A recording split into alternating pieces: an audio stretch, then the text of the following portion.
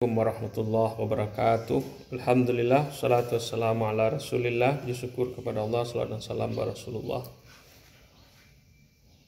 Saudara-saudara mahasiswa S2 PAI mata kuliah paradigma pendidikan dalam hadis, saya doakan semoga Bapak Ibu sehat-sehat dan mohon doa juga saya diberi kesehatan oleh Allah Subhanahu wa taala. Pada kesempatan ini saya menjelaskan sedikit pengantar kuliah kita paradigma pendidikan dalam hadis. Saya beri tema adalah strategi Nabi dalam bidang pendidikan. Ini mungkin gambaran secara umum mata kuliah kita setelah dibagikan RPS Slabus. Saya membahas apa dasar kita mengembangkan paradigma pendidikan dalam hadis. Yang pertama adalah ayat-ayat dan hadis banyak menyuruh mematuhi perintah Allah dan Rasul.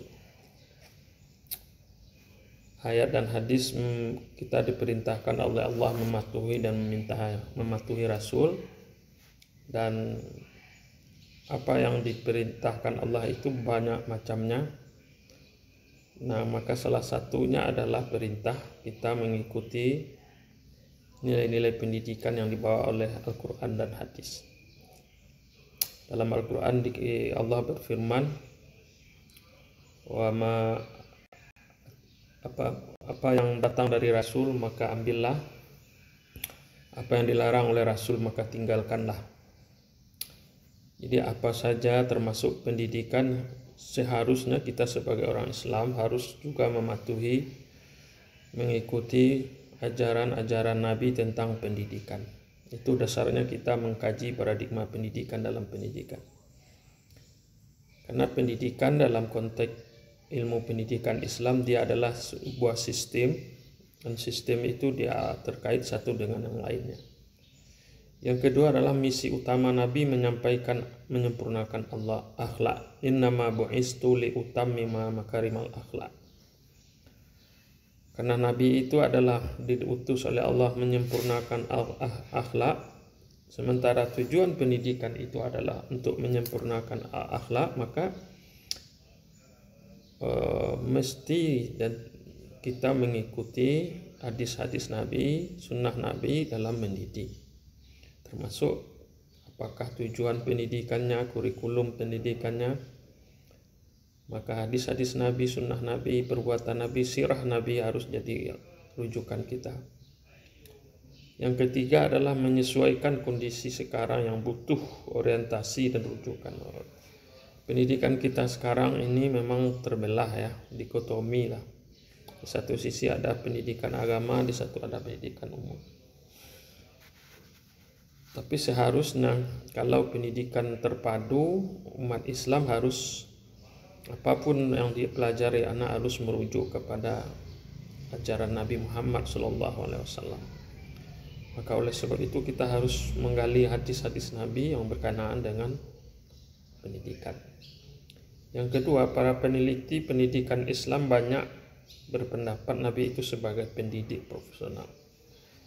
Nah, itulah yang akan kita bahas, bagaimana Nabi sebagai pendidik, mana cara Nabi mendidik orang, menasehati orang, berdiskusi dengan orang, bagaimana Nabi berdialog, bagaimana Nabi mengajarkan apa tujuan dalam menuntut ilmu dan sebagainya. Bagaimana Nabi mengajarkan, itu menunjukkan Nabi itu adalah pendidik profesional. Bagaimana keprofesionalan Nabi itu, ya itu nanti kita bahas dalam mata kuliah ini. Kemudian yang kelima, dalam Al-Quran Nabi dikatakan sebagai contoh teladan. Laqad kana fi rasulillahi qad kana lakum fi rasulillahi uswatun hasanah. Sungguh pada diri Nabi itu adalah ikut contoh teladan bagi kamu. Contoh teladan, apa yang kita teladani, akhlaknya, imannya, bagaimana dia. Maka oleh sebab itu para ahli mengkaji Nabi itu sebagai ada yang menyebut Nabi sebagai super leader. Kalau ya dikaji Nabi dari segi kepemimpinan, Kalau di segi dari manajemen, Nabi itu adalah super manager. Kalau dilihat dari segi bisnis, Nabi itu adalah pebisnis ulung dan andal. Kalau dilihat dari hukum, Nabi itu adalah ahli hukum. Kalau dilihat dari sosial, Nabi itu adalah sosiolog.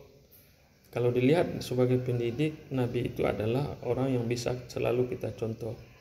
Inilah pentingnya mata kuliah paradigma pendidikan dalam hadis ini, yang tentu tidak terlepas juga dari Al-Quran ya. Jadi bukan berarti kita melepaskan Al-Quran, karena Al-Quran itu juga bicara tentang Nabi Muhammad SAW. Yang kedua, pendekatan apa yang kita gunakan dalam mengkaji? Di satu sisi hadis adalah sumber ajaran Islam, di satu sisi adalah pendidikan adalah satu ilmu yang berdiri sendiri, begitu faktanya. Maka oleh sebab itu dalam ilmu pendidikan Islam itu ada ilmu normatif, corak pendekatannya adalah normatif. Kita seperti kitab-kitab Tabiatul Aulad fil Islam itu normatif, mengkaji ayat-ayat dan hadis. Dalam Al-Quran digali nilai-nilai pendidikannya. Kemudian ada corak historis, mengkaji sejarah. Kemudian filosofis, lupa saya ini filosofis satu lagi.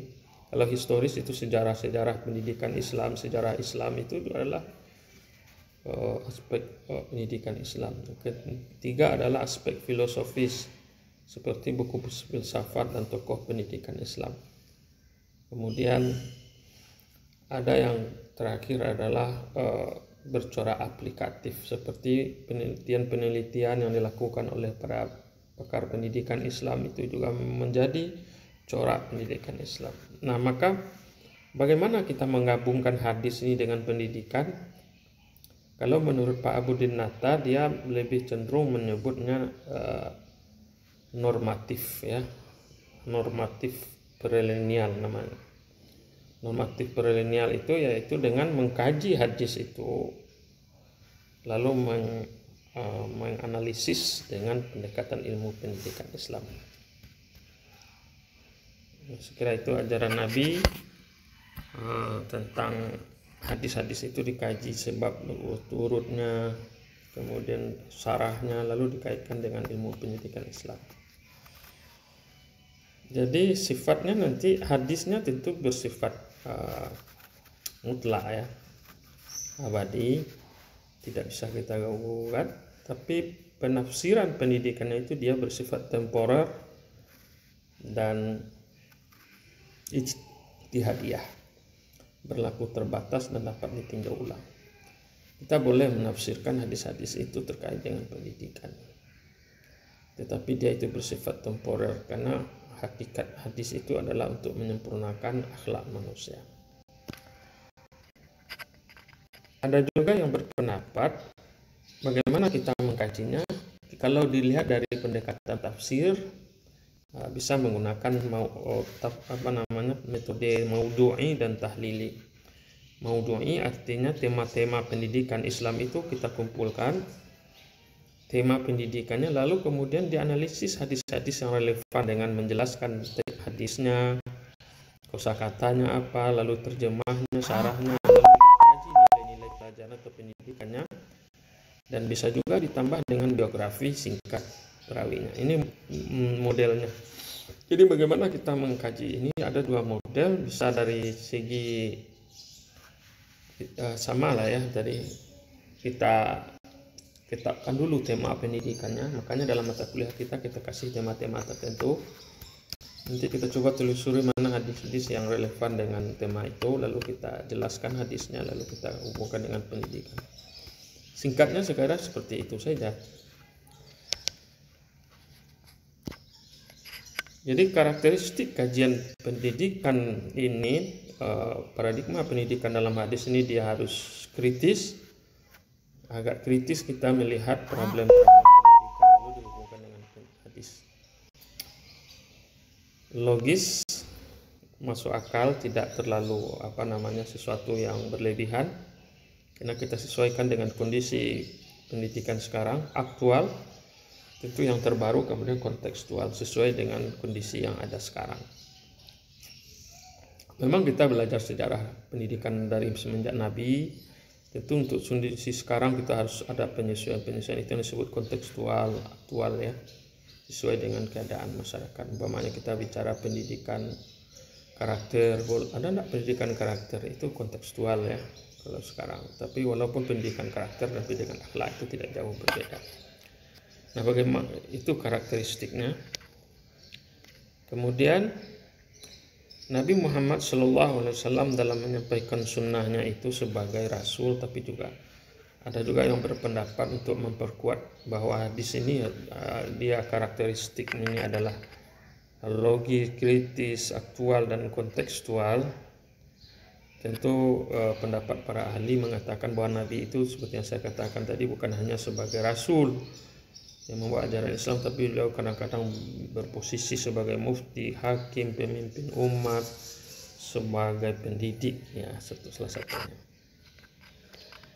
Baik, kemudian maka sumbernya apa saja yang bisa kita gunakan? Tentu kalau sumbernya dua kelompok besar lah, terdapat dalam syarah hadisnya, hadis syarah seluruh ilmu hadis yang terkait dengan syarah hadis, apakah sebabul wurudnya, perawinya siapa, apa maksud hadisnya, lalu kitab-kitab ilmu pendidikan Islam. Ini perlu ditelusuri secara mendalam ini, karena hadis itu sangat banyak, ribuan, 6.000, 7.000 hadis dalam satu kitab itu dengan tema-tema yang berbeda, memang tidak langsung dengan kaitannya, tapi itu oleh sebab itu kita harus dibantu dengan buku-buku ilmu pendidikan Islam, mengkajinya. Nah, untuk menggabungkan dua konsep ini tentu kita belajar dari apa yang ditulis oleh para ahli. Saya melihat ada beberapa buku yang saya punya, namanya Hadis Tarbawi karangan Pak Abu Dinata. Ini buku beliau ketika beliau mengajar saya tahun 2005. Kemudian ada buku Hadis Tarbawi, saya lihat di Shopee, murah, cuma 29.000. Kita bantu dengan itu untuk mencari hadis-hadis itu, lalu kita kembangkan bahasan-bahasannya. Kemudian ada Muhammad Antoni Syafi'i, super leader, menulis salah satu babnya itu adalah pendidik Nabi sebagai pendidik. Kemudian 40 hadis parenting ya, mendidik anak, juga hadis-hadis pendidikan. Nanti bisa kita analogikan, walaupun pendidikan antara orang tua, nanti bisa dilihat aspek pendidikan, sistem pendidikan. Banyak, ada beberapa ini bisa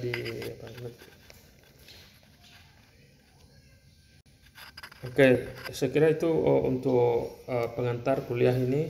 Nanti saya akan jelaskan juga sedikit bagaimana Nabi merancang pendidikan itu sehingga beliau sukses dalam mengembang masyarakat dalam konteks ilmu pendidikan Islam ya.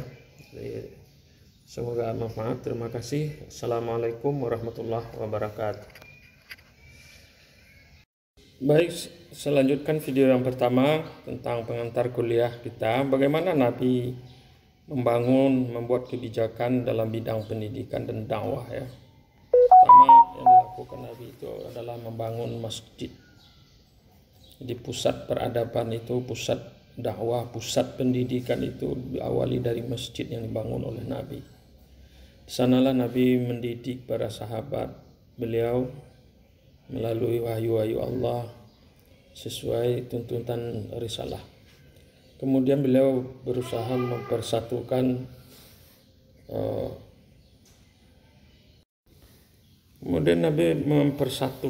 semua potensi. Ketika Nabi sampai di Madinah, Nabi melihat seluruh potensi itu dengan baik. Beliau membangun persaudaraan antara Muhajirin dan Ansar. Disinilah mereka saling berbagi, sekalipun sebagai pendatang tentu orang Muhajirin lebih membutuhkan orang-orang Ansar yang menerima Nabi. Kemudian belum lagi menghadapi berbagai persoalan, pada perkembangannya Nabi sampai membangun sebuah sistem kenegaraan melalui sistem kehidupan sosial masyarakat melalui piagam Madinah, di mana dalam piagam itu Nabi memperlakukan semua umat dengan baik, menghargai perbedaan, tetapi diikat dengan silaturahmi dan persaudaraan sesama muslim dan persaudaraan sebagai kemanusiaan. Piagam Madinah ini sebenarnya pengantar bagaimana Nabi membangun sistem pendidikan dari awal sampai akhir. Beliau sukses mengembangkan ajaran Islam kemana-mana sehingga melahirkan para sahabat-sahabat hebat, profesional dalam mendidik dan mengajarkan ilmu kepada sahabat-sahabat yang lainnya.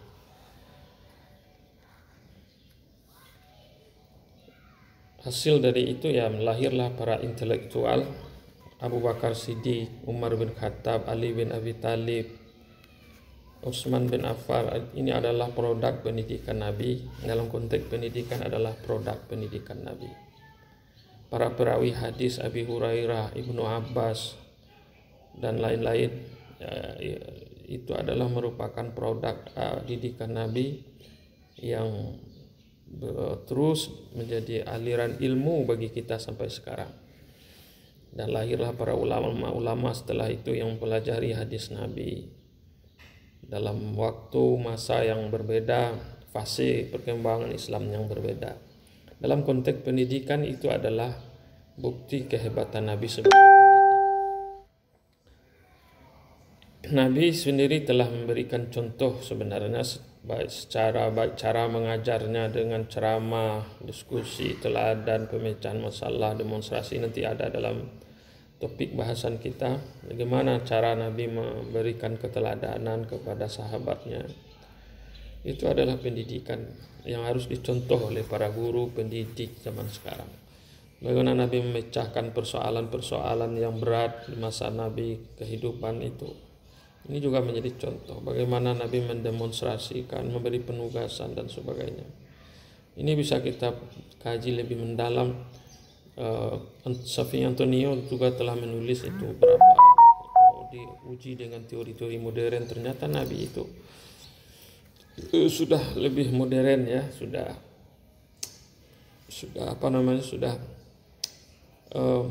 menjalankan sistem pendidikan modern. Minimal apa yang disampaikan Nabi itu masih relevan untuk dibahas dan dikaji sekarang ini.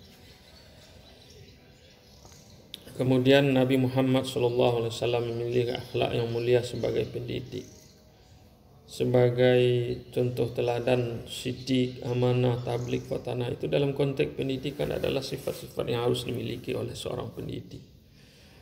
Pendidik itu harus jujur, ya. Kalau tidak jujur ya gimana? Pertama untuk mengembangkan dirinya, tidak boleh kita menutup kekurangan kita. Kita harus terus belajar. Siddiq, jujur terhadap diri sendiri, ya, jujur kepada orang lain. Kemudian amanah. Ya. Pendidik itu harus amanah menjalankan tugasnya. Nabi Muhammad SAW menjalankan semua tugas risalah kenabiannya dengan penuh rasa tanggung jawab. Para pendidik juga harus memiliki sifat itu. Inilah kemudian tabligh. Tabligh itu menyampaikan. Seorang pendidik itu memang pada hakikatnya menyampaikan tugas kita adalah mendidik anak sebaik mungkin. Oleh sebab itu kemudian fatanah, fatanah artinya cerdas. Nabi itu bekerja dengan penuh kecerdasan dalam mendidik para sahabat-sahabatnya. Memang beliau dibimbing oleh wahyu, tetapi praktek-praktek pendidikannya adalah praktek-praktek pendidikan yang manusiawi sesuai keadaan masyarakat pada saat itu. Juga di samping itu Nabi itu pemaaf, jauh dari sifat dendam, penyayang, sabar. Ya, innaka la'ala khuluqin azim dalam surat Al-Qaf ayat 4. Wa innaka la'ala khuluqin azim, engkau adalah memiliki akhlak terbagus ya, kata Tuhan. Nabi Allah sendiri yang memuji Nabi Muhammad SAW. Nah, semua yang saya sampaikan ini menggambarkan bahwa Nabi itu adalah sebagai pendidik profesional. Nabi itu punya gagasan tentang pendidikan. Nabi itu punya pemikiran, corak, ide tentang pendidikan. Itulah mata kuliah kita ini memberi gambaran kepada kita bahwa sebagai pendidik S2 harus saya kira ya memang hadis itu semuanya pendidikan, tetapi tentu dalam konteks mata kuliah kita, paradigma pendidikan, kita coba melihat dimensi-dimensi, aspek-aspek pendidikan atau unsur-unsur pendidikan yang terdapat dalam hadis Nabi. Demikian saja, terima kasih. Assalamualaikum warahmatullahi wabarakatuh. Mungkin selanjutnya kita akan berdiskusi tentang tema topik-topik yang terkait dengan pembahasan kita. Assalamualaikum warahmatullahi wabarakatuh.